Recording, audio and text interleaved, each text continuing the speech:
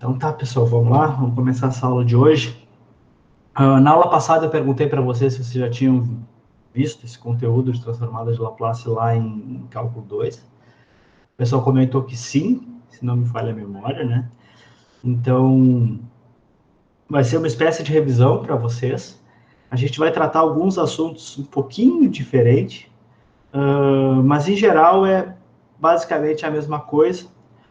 A gente traz algumas aplicações, algumas coisas um pouco diferentes, uma visão um pouco diferente da transformada de Laplace, que é bastante útil quando a gente fala em sistemas dinâmicos em geral. O pessoal da área de controle, né, que controla sistemas dinâmicos, usa bastante, mas não só o pessoal de controle, o pessoal de diversas áreas aí, dentro da engenharia em geral, usa a transformada de Laplace. A gente vai ver que, na verdade, ela é uma espécie de uma generalização da transformada de Fourier. Ela tem algumas vantagens, ela tem um número maior de funções que ela converge, então mas nada mais é que uma pequena variação da transformada de Laplace, desculpa, da transformada de Fourier. Vocês vão ver isso também hoje. Então, bom, a transformada de Fourier, né, ela foi proposta pelo desculpa, transformada de Laplace. É tudo transformada que às vezes a gente erra. A transformada de Laplace foi proposta pelo Pierre Laplace nos anos, no século XVIII, e ela é bastante importante aí na matemática, na estatística e mais modernamente, vamos chamar assim, dentro da engenharia também.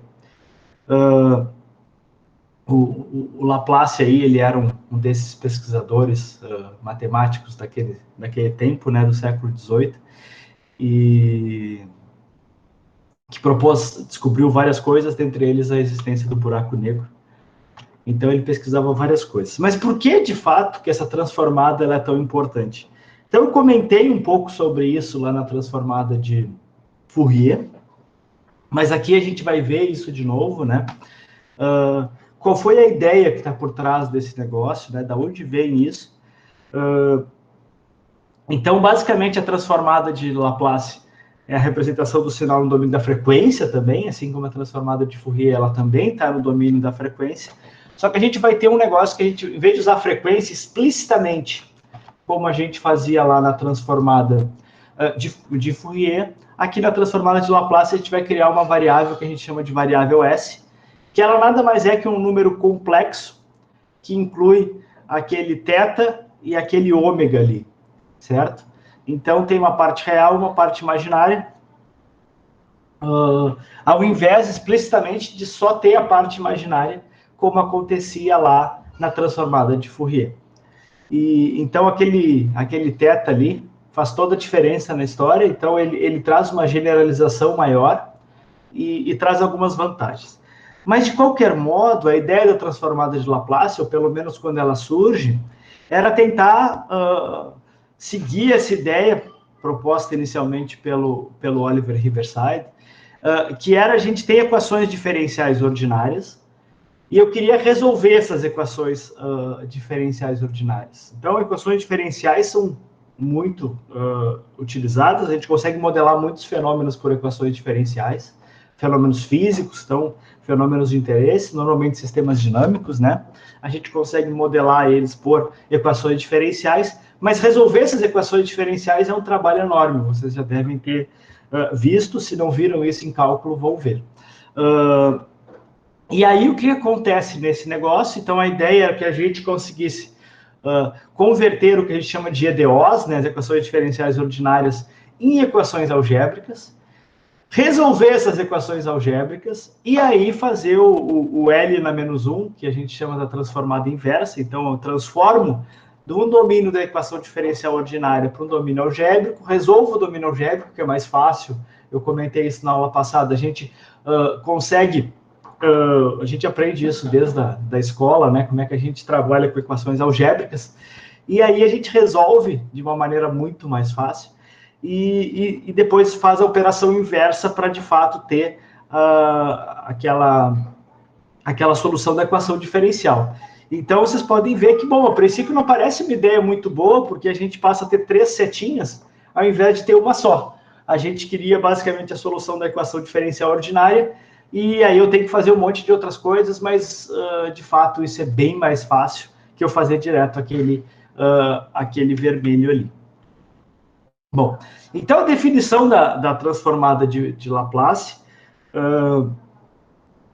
então para um sinal no tempo, né, então um x de t, um sinal complexo, então ele pode ser só real, mas um sinal complexo inclui os reais, então um sinal x de t no tempo, a sua transformada, então, vai ser similar ao que a gente já viu lá na transformada de Fourier, vai ser, então, a integral. Vocês vão ver que tem uma diferencinha aqui bastante importante, que é, em vez de menos infinito a mais infinito, aqui vai ser de 0 a mais infinito. Então, lá era a integral de menos jwt, x de t dt, aqui vai ser menos, em vez do jw, virou o s. Certo? Então, e na menos st, x de t dt, isso é o que a gente vai chamar, né, o que se chama formalmente de transformada unilateral de Laplace. Então, ela só é válida para quando ela tem, então, para t menor que zero, x de t igual a zero. Ou seja, eu não tenho valores para o t negativo. Ou seja, ela só tem valores diferentes de zero para o t positivo. Ela é, de fato, a mais utilizada em sistemas dinâmicos, né? A gente pode imaginar que em sistemas dinâmicos eu sempre vou conseguir medir alguma coisa ou perceber alguma coisa em um tempo maior que zero. Eu nunca consigo ver para trás, né? Eu sempre consigo ver para frente. E, embora exista também a transformada de Laplace bilateral, que ela aí é definida para todo intervalo, de menos infinito a mais infinito, mas aqui em engenharia, a gente está mais interessado, então, na transformada unilateral, que ela vai de zero a mais infinito. Então, essa é uma diferença aqui, além do S, né, que surge ao invés do JW da transformada de Fourier, a gente também, agora, em vez de considerar o domínio de menos infinito a mais infinito, a gente considera de zero a mais infinito. E uma coisa é importante, ela só é definida se, para t menor que zero, o x de t for igual a zero. Então, se eu tiver um sinal, por exemplo, que para t menor que zero, o x de t for diferente de zero, ela não está definida, ou seja, eu não tenho essa transformada de Laplace unilateral. Certo, pessoal? Bom, então a gente vai ver aqui alguns exemplos também, bem simples, assim como a gente fez lá na transformada de Laplace. Então, aqui considerando um sinal exponencial, né? Um sinal exponencial. Então, eu posso ter esse sinal exponencial tanto decrescendo quanto crescendo. Então, isso é bastante importante para a gente.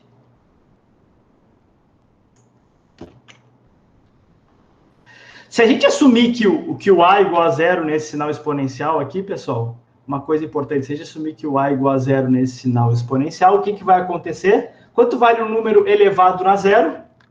Um número elevado a zero vale 1, independentemente do t, né? Então, qualquer coisa elevado a zero vale 1. Então, na verdade, esse sinal vai virar um U de 1 aqui, que é o degrau.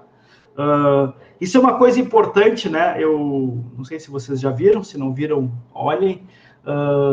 Eu subi com um material que é uma apostila de um professor português, que já tem bastante tempo, mas é um material bastante interessante. Ele não é muito completo, mas ele é bastante direto ao ponto, assim. Normalmente os alunos gostam, assim, ele vai direto ao ponto. Então eu sempre trago ele como um material aí de leitura complementar. E ele usa uma definição um pouco diferente dos livros clássicos. Então, ele chama o degrau de U de 1, ele chama o impulso, que normalmente a gente usa uma letra grega, que agora não lembro qual é, o delta, eu acho. E não lembro o nome, né? Eu lembro qual é a letra, mas não lembro o nome. É o delta. O delta como impulso, aqui ele vai chamar de U de 0 de t, e a rampa, que geralmente a gente vai chamar de sinal R, ele chama aqui de U de 2. E assim ele vai de 1, de 13, etc.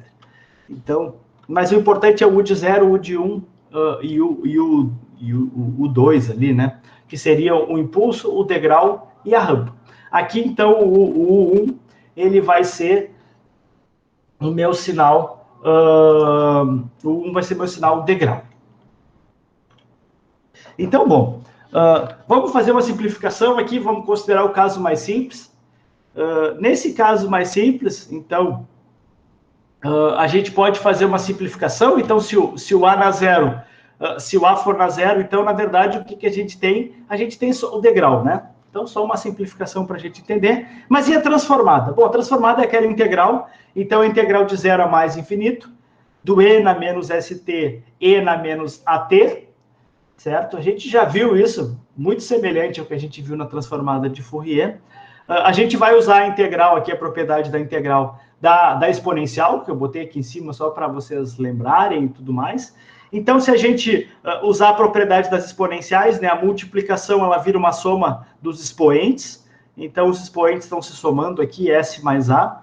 Se a gente resolver essa integral aqui, como a gente tem esse menos aqui, esse menos também vai aparecer lá fora, vai ficar 1 sobre o C, onde o C é esse S mais A. Então, 1 sobre S mais A e essa integral aqui.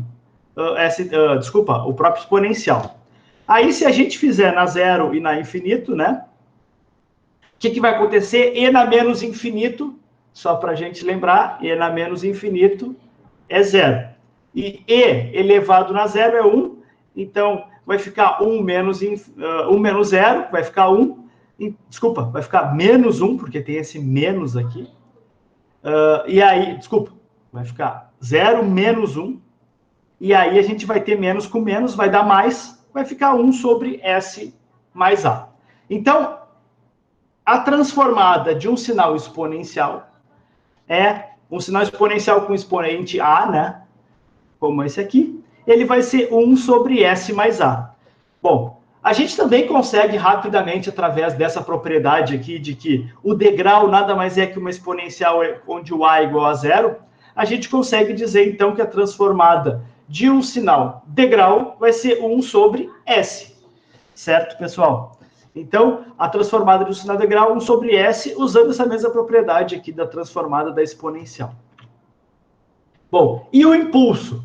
Então, o impulso, como eu comentei, o professor português lá, ele chama de U na zero, mas a gente pode chamar de delta aqui.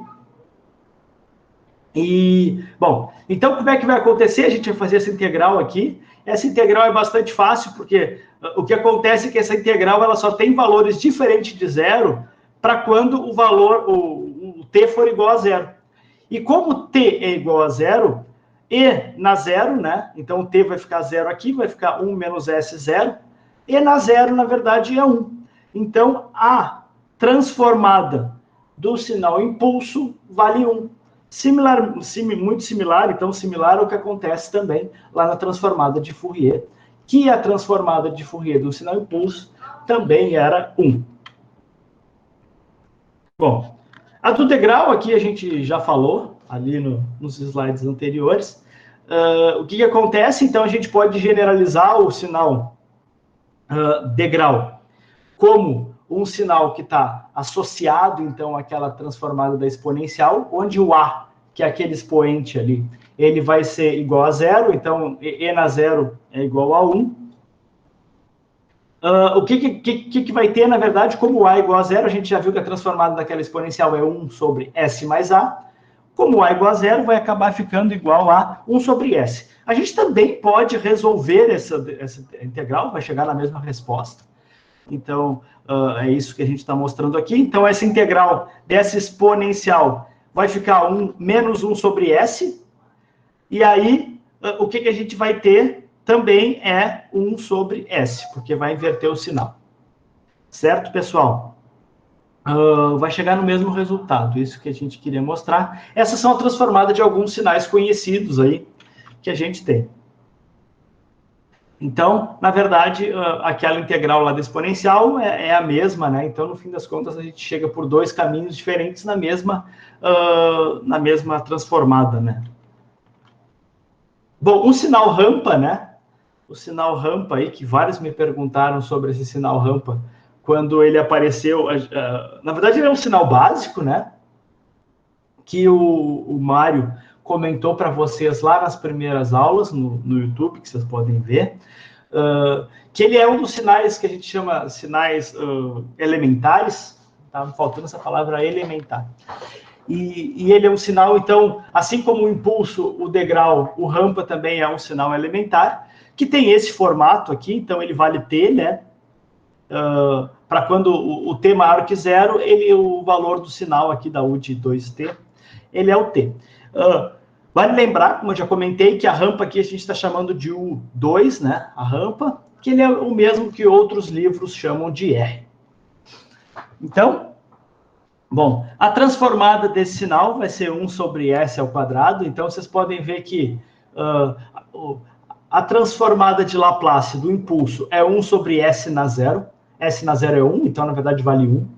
A transformada do degrau é 1 sobre S.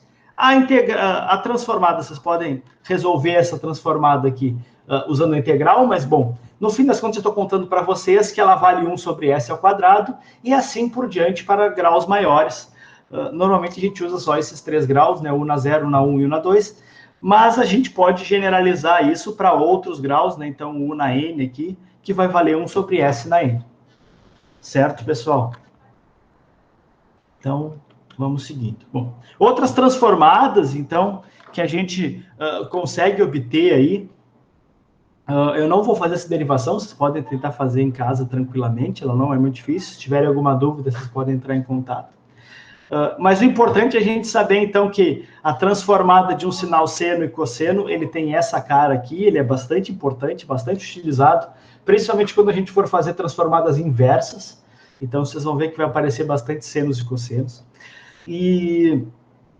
Então, a transformada do seno de ômega t multiplicado pelo degrau. Por que vai aparecer sempre o degrau aqui, pessoal?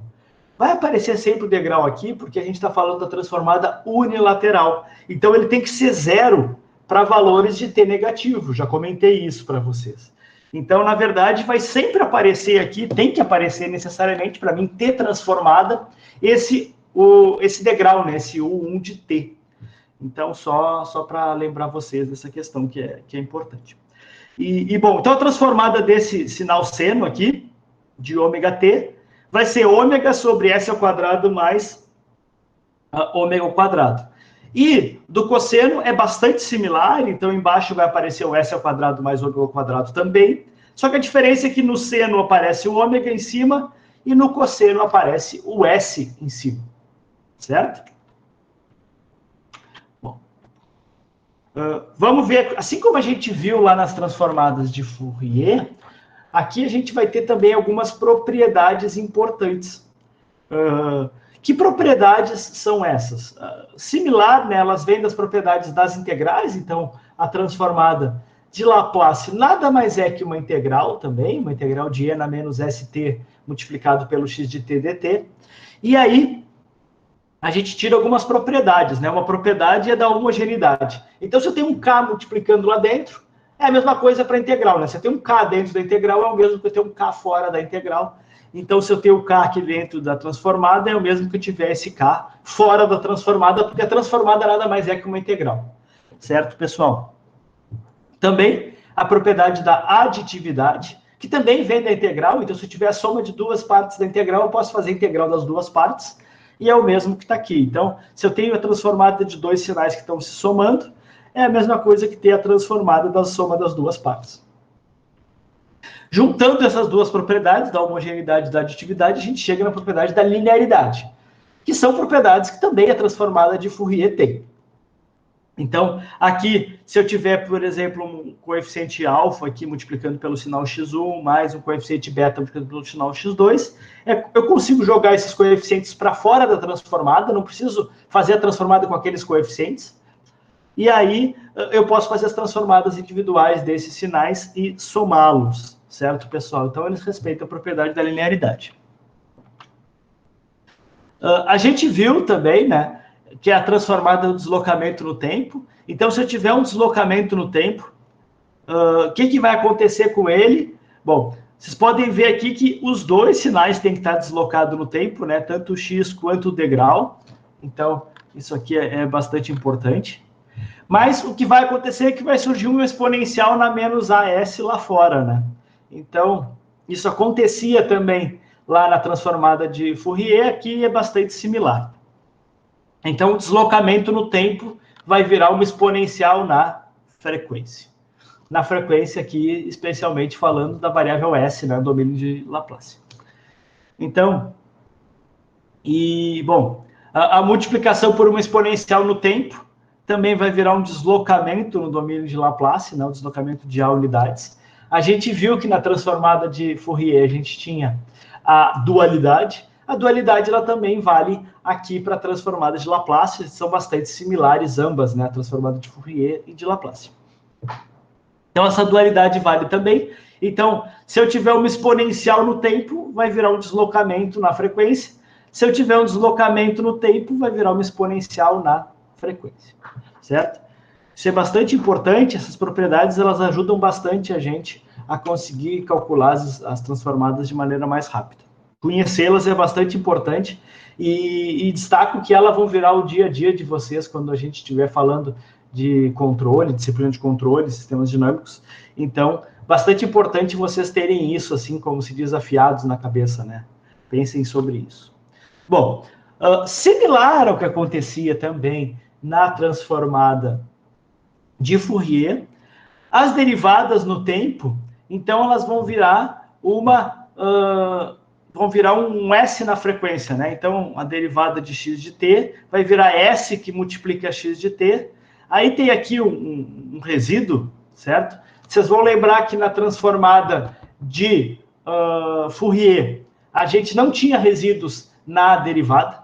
Esse fato de não ter resíduos na derivada se deve ao fato de que lá na transformada de Fourier, a gente tinha a transformada bilateral. Aqui, como é unilateral, vai surgir resíduos também na derivada. Então, importante aqui destacar. Então, derivada no tempo vai virar um S, né? Multiplicado pela transformada do sinal x de t.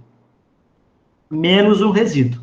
E à medida que a gente for, então, aumentando o grau da derivada, vai surgindo resíduos aqui na primeira, na segunda casa e assim por diante. Certo? Esses termos são os resíduos, então se as condições iniciais forem nulas, a gente consegue perceber aí, e esses termos vão se cancelar, né, vão virar zero, e aí o que a gente tem basicamente é a transformada a derivada vai virar esse S aí na frequência.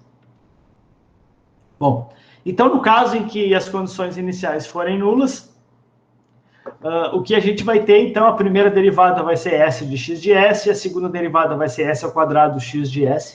Vocês vão ver que esse tipo de operação que a gente está fazendo aqui, ela vai ser muito, muito comum quando vocês trabalharem com controle, né? Então, sistemas, por exemplo, dinâmico, que tem aceleração, o que é? Nada mais é que a derivada dupla da posição, a velocidade é a derivada primeira, então, na verdade, isso aqui vai aparecer com bastante frequência para vocês, para a gente converter sistemas dinâmicos, né?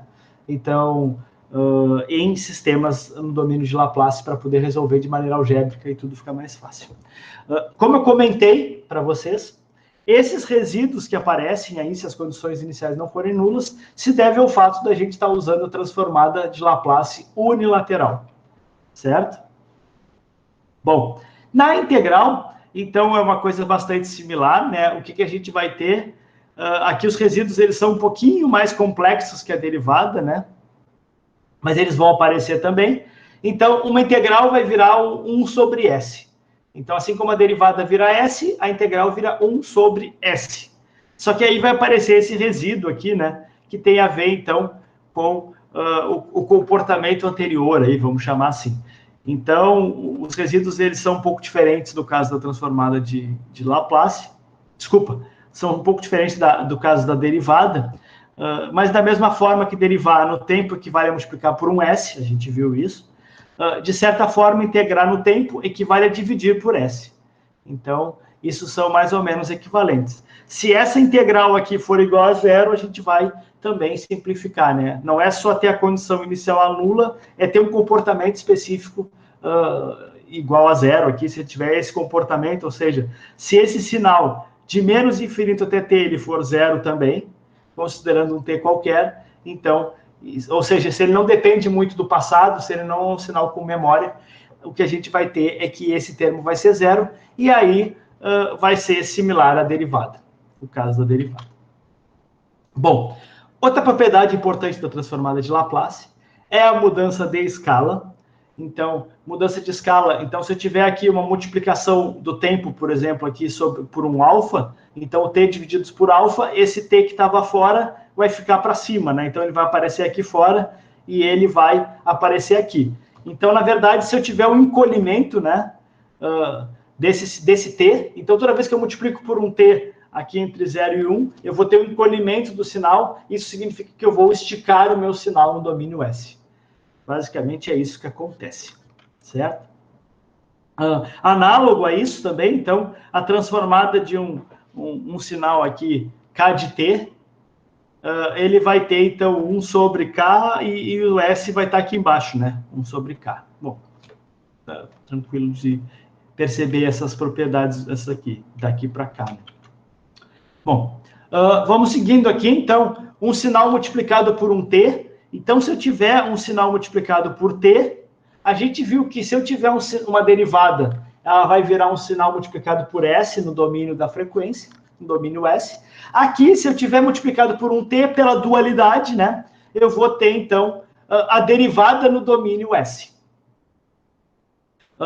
Vai aparecer um sinalzinho menos aqui, mas eu vou ter, de fato, a derivada no domínio S. E se eu multiplicar por 1 sobre T, isso equivale a ter integral lá no domínio S. Certo, pessoal? Isso se deve basicamente à dualidade. Então, derivada no domínio S vai virar... Desculpa, derivada no domínio do tempo vai virar um S na frequência e integral no tempo vai virar 1 sobre S a menos dos resíduos, né? A menos dos resíduos. E o mesmo vale por dualidade. Então, se eu tiver um t multiplicando por uma função no tempo aqui, eu vou ter uma derivada na frequência. E se eu tiver 1 sobre t multiplicando o meu sinal no tempo, eu vou ter integral no domínio da frequência. Bom, aqui talvez uma das propriedades mais importantes para a gente, que é a questão da convolução. Então, similar ao que eu já falei para vocês, que na transformada de Fourier, o que acontece é que, à medida que eu tenho convoluções no domínio do tempo, eu vou ter multiplicações no domínio da frequência. Então, simplifica muito as coisas, muito as coisas, porque você sabe que uma convolução nada mais é que uma integral, né? Uma integral bastante complexa de se resolver. Então, se eu tiver, por exemplo, um sinal aqui multiplicado pela convolução, convoluindo, né, 2 sinais, o que eu vou ter na frequência é uma multiplicação comum. Então, eu torno um sinal que ele é complexo, ele é um sinal ali, uma integral, por exemplo, num sinal algébrico, que eu consigo resolver bem facilmente. Isso torna-se muito adequado para o uso de sistemas dinâmicos e em operações de engenharia. Então, o uso da transformada de Laplace, assim como da transformada de Fourier, a gente acaba usando mais a transformada de Laplace porque ela tem uma classe maior de funções, ela generaliza um pouco melhor. Bom, isso aqui é uma coisa que vocês aprendem em cálculo, ela é bastante importante para a análise de sistemas dinâmicos, que é o que a gente chama de teorema do valor inicial e teorema do valor final. O que significa isso? Às vezes, a gente pega um sinal que está no domínio da frequência, então está no domínio de Laplace, está no domínio S, e aí eu quero analisar ele no domínio do tempo, quero saber como é que ele se comporta, se ele é um sinal que converge, que não converge, etc. Então, eu não preciso necessariamente fazer a transformada inversa, que às vezes pode ser um bocado complicado de fazer essa transformada inversa. Então, o que a gente faz é a gente usa o TVI e TVF. A gente usa esses teoremas que eles me dão informações do comportamento do sinal no tempo a partir de um sinal que está na frequência, certo? Então, essa é a ideia. Então, eu consigo saber aqui o comportamento do sinal quando o x for igual, o tempo for igual a 0. Vocês podem ver que tem um zero mais aqui, porque, como eu falei para vocês, a integral da transformada de Laplace é unilateral, né? Ela vai de 0 a mais infinito. Então, vai aparecer um zero mais aqui. Vocês também já devem ter visto isso em cálculo. Então, basicamente, como é que a gente vai fazer isso? Resolvendo limites. Então, resolvendo limites, que nada mais é do que cálculo 1, né? Que vocês aprendem lá em cálculo 1, a resolver limites. Então, no fim das contas, o que a gente vai ter é limites. A dificuldade vai se dar quando a gente chegar naquelas famosas situações das indeterminações.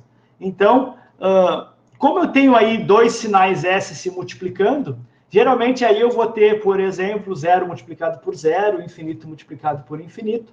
Mas também vocês já viram em cálculo 1 como é que a gente resolve isso. A gente usa o tal do teorema de L'Hopital, certo? Então, aqui vocês vão usar L'Hopital direto para resolver isso aqui. Mas vocês vão ver que não são sinais muito complexos. No domínio S, geralmente sinal no domínio S, eles são bastante simples. E aí, então, o L'Hopital vai ficar bastante simples de ser resolvido. Bom, pessoal, então como é que funciona? Se eu quiser saber o comportamento desse sinal x de t para quando t for igual a zero, ou seja, eu quero saber o x de zero mais aqui, e o x de infinito, mas vamos começar pelo zero, o que eu vou fazer? Eu vou fazer o limite, só que em vez do zero, o s vai estar no infinito. Então vai ser s tendendo ao infinito de s multiplicado pelo x de s.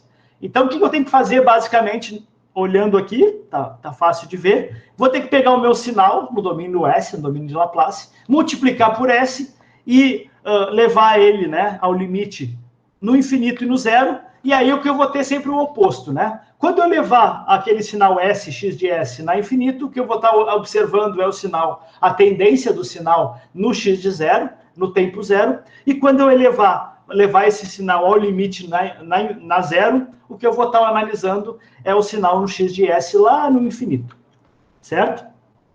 Então, aqui a gente vai ver um primeiro exemplo. Então, aquele sinal exponencial que a gente viu no exemplo anterior aí da aula de hoje, que é um x de t exponencial de menos at multiplicado pelo degrau. Ah, professor, por que tem o degrau? Porque a transformada é unilateral. Bom, vamos lá. A transformada a gente já viu o que é, 1 sobre S mais A. E também a gente já sabe esse comportamento, né? Vamos analisar esse comportamento aqui. Então, se o t for igual a zero, quanto é que vale e na zero? E na zero vale 1. Então, esse cara aqui vai tender a 1. Quando o x for igual a zero, esse sinal tende a 1, né? No limite.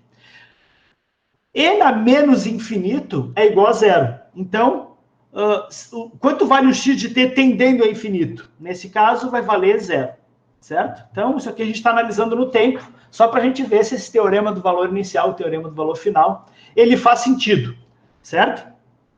Então, com a transformada de Laplace conhecida igual a 1 sobre S mais A, vou aplicar o TVI, TVF, né, teorema do valor inicial, o teorema do valor final. O que eu tenho que fazer? Multiplicar esse sinal aqui por S, certo? Então, bom, vai ficar aqui, então, né, S multiplicado 1 mais A. Isso aqui vai ser S sobre S mais A, certo, pessoal? Eu vou ter pego a minha canetinha aqui para poder riscar. Deixa eu ver se eu consigo... ponteiro, vamos botar uma canetinha. Então, na verdade, isso aqui vai ser o limite de S. Pô, é mais fácil ter pego meu tablet aqui. Mais infinito igual a S sobre S mais A. O que vai acontecer, pessoal? O que vai acontecer aí nessa situação? Eu poderia ter pego. Então, isso aqui é uma indeterminação, é infinito sobre infinito. Certo, pessoal? Mas, se a gente resolver por L'Hopital, o que vai acontecer? A derivada de S em relação a S é 1.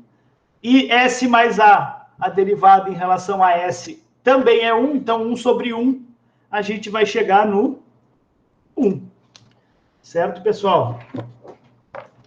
Então, bastante simples aí de se resolver.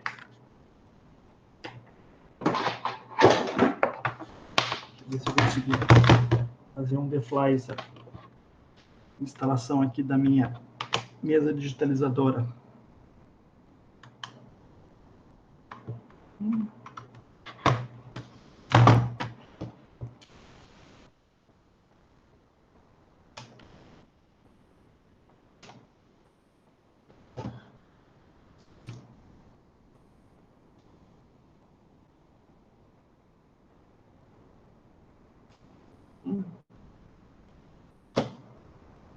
Não vou conseguir rodar minha mesa digitalizadora.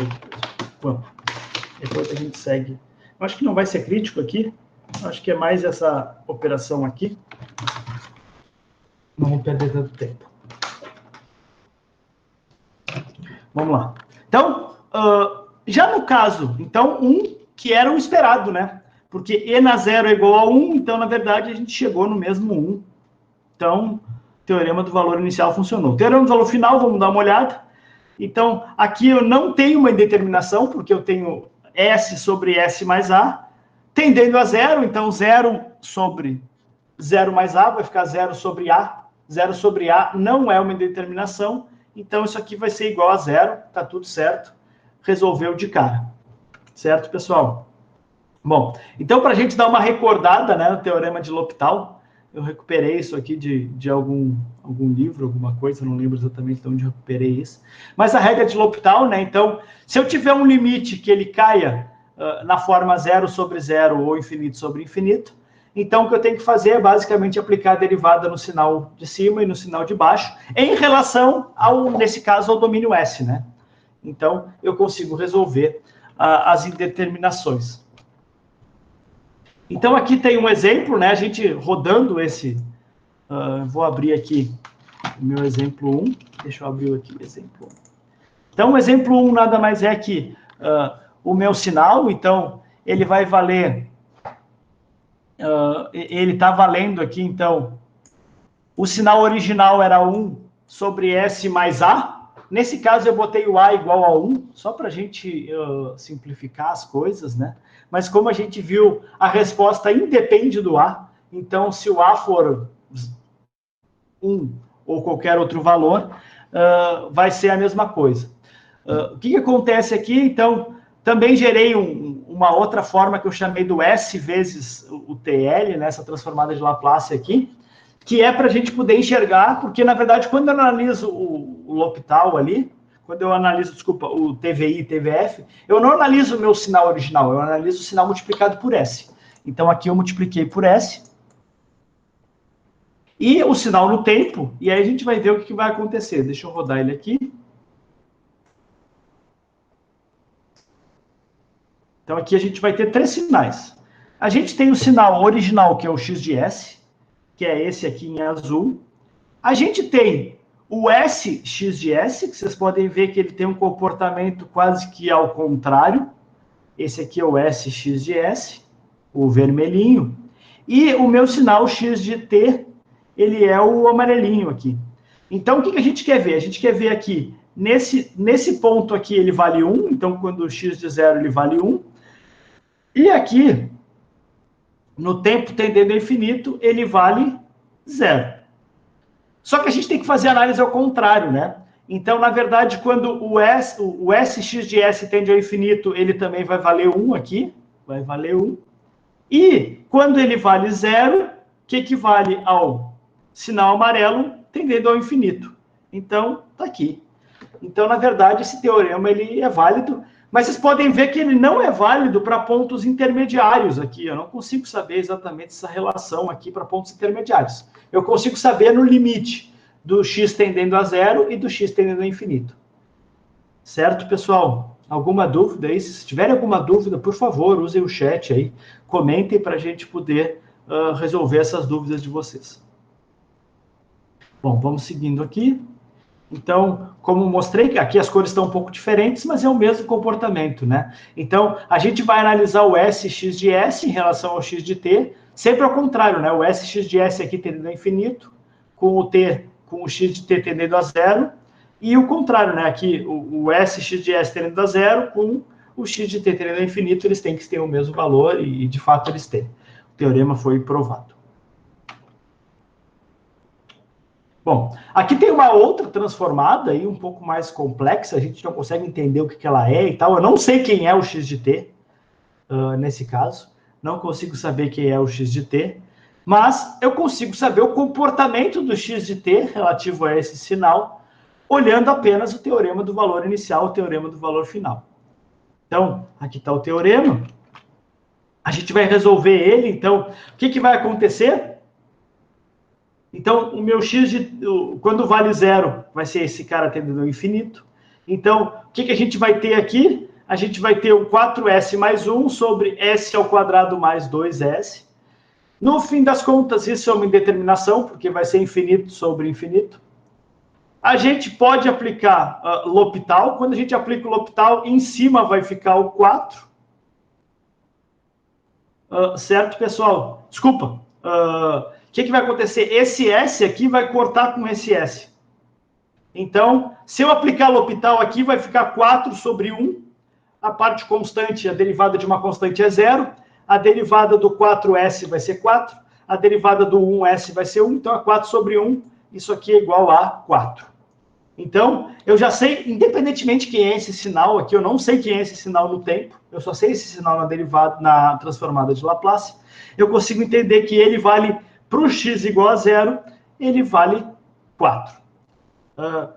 Bom, para o S, agora para o x igual a infinito, né, tendendo ao infinito aqui, esse limite vai ser tendendo a 0, e aí eu vou ter a mesma coisa, vai se cortar. Só que agora não é uma indeterminação, porque 4 vezes 0 vai dar 1. Então, vou cortar esses termos aqui em relação ao S, porque o S vale 0.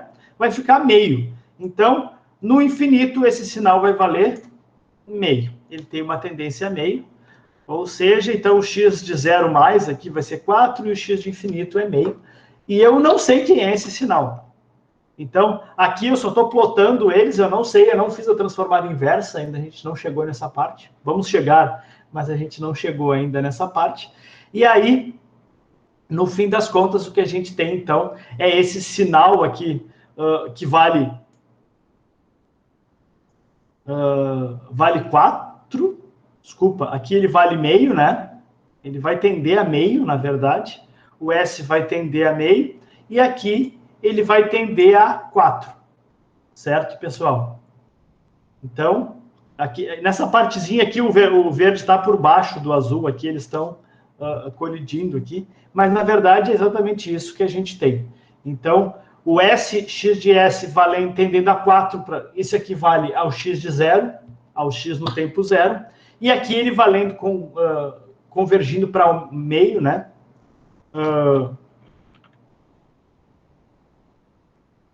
Convergindo para meio.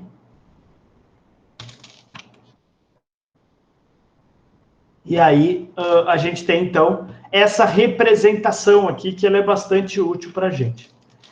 Até fiquei em dúvida aqui. Vou rodar agora esse exemplo. Vamos rodar um The Fly aqui, a gente dá uma olhada com mais carinho.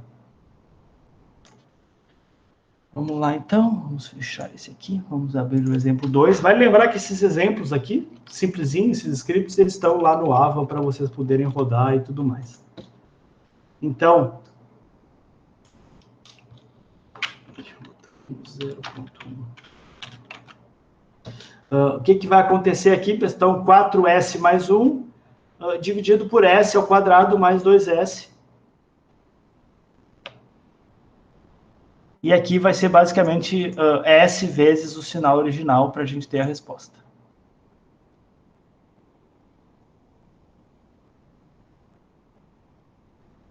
Deixa eu dar um zoom aqui. Acho que não vou conseguir dar um zoom aqui.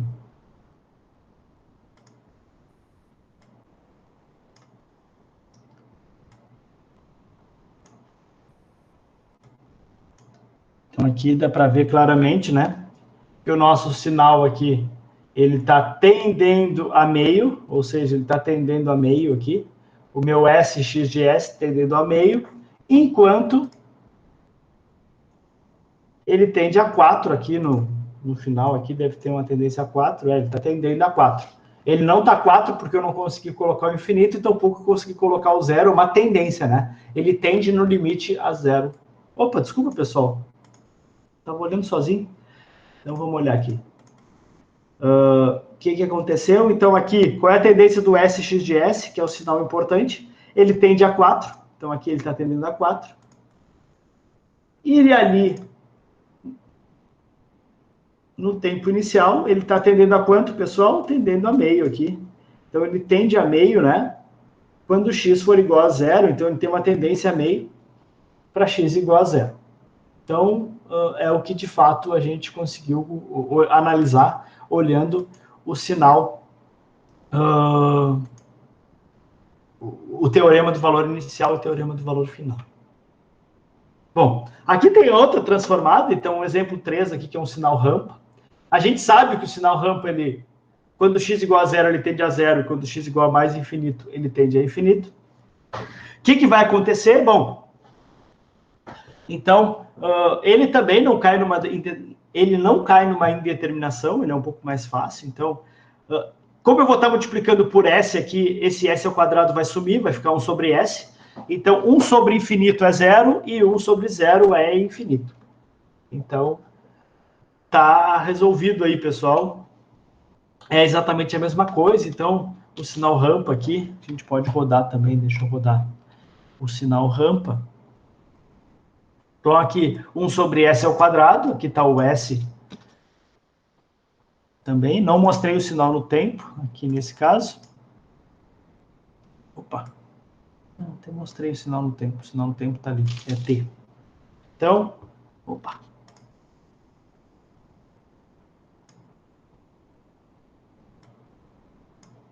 O SX de S é o vermelhinho. Cadê o meu zoom mais aqui? Deixa eu dar um zoom mais aqui. É o meu vermelhinho está aqui, né? Então, o meu vermelhinho está aqui nesse ponto. Então, ele tende a zero. Quando o x for infinito, peraí, ele tende, vamos de novo. Ele tende a infinito no tempo, quando S for igual a zero, e o inverso também, né? Então, quando esse cara for na zero aqui, é quando o x de t tende a infinito. Então, ele tende a zero no tempo zero, e tende a infinito no tempo infinito, que, na verdade, aqui no x de s vai ser no tempo igual a zero. Então, a tendência é sempre ao contrário, né? Se eu quero saber no tempo igual a zero, eu olho o s no infinito. Se eu quero saber o tempo igual a infinito, eu olho o s igual a zero. É exatamente o que a gente tem aqui. Então, aqui também tá os gráficos. Não está muito fácil de ver, mas com aquele zoom facilita bastante da gente dar uma olhada.